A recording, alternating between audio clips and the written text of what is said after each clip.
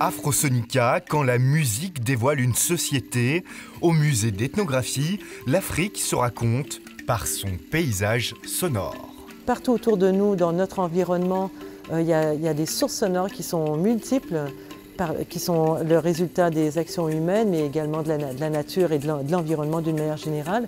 Tout ça se combine, se connecte, se transforme, s'influence l'un l'autre, et c'est ça qu'on appelle le paysage sonore. Donc, en effet, si on est à l'écoute d'un lieu, d'un espace, on apprend beaucoup de choses. La nouvelle exposition temporaire du MEG explore les sonorités, les airs et les techniques musicales africaines. À la base de ce projet, la riche collection du musée. Moi, je suis conservatrice d'une collection d'ethnomusicologie qui comprend deux fonds, une collection d'instruments de musique assez nombreuses et des archives sonores qui sont très diversifiées, très anciennes, qui ont été enregistrées sur les 5 continents, mais depuis la fin du 19e siècle. Donc ça, c'est un fonds important, c'est un des trésors du musée d'ailleurs. La musique au-delà du divertissement, dans les rituels, la méditation ou la transmission des connaissances, l'exposition se focalise sur chacun de ces aspects dans 5 espaces dédiés. Cette section est consacrée aux musiques de l'intimité. Elle est consacrée aux instruments de musique qui sont des instruments intimes et aux musiques qui sont plutôt des musiques de méditation.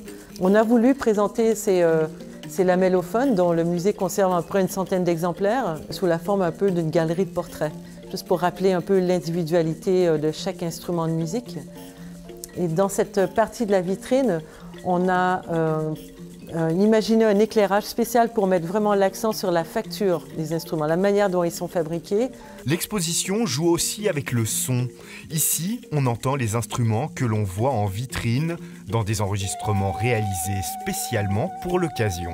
Faire sonner un instrument de musique, c'est quand même un peu lui redonner une grande partie de son identité. Donc c'est très touchant de les entendre et c'est aussi assez troublant de voir que certains instruments ne peuvent plus sonner puisqu'ils ne sont pas dans un état de conservation qui le permet.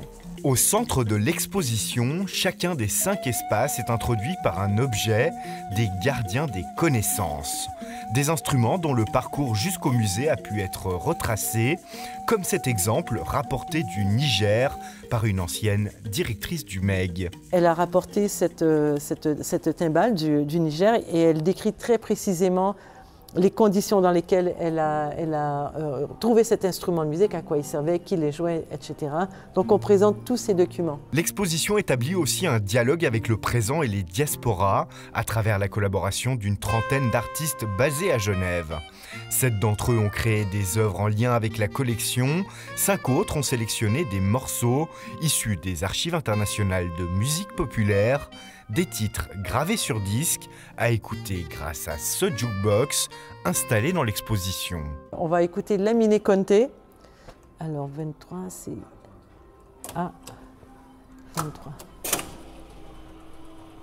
Afrosonica, paysage sonore, un voyage pour éveiller les sens, à découvrir au MEG jusqu'au 4 janvier 2026.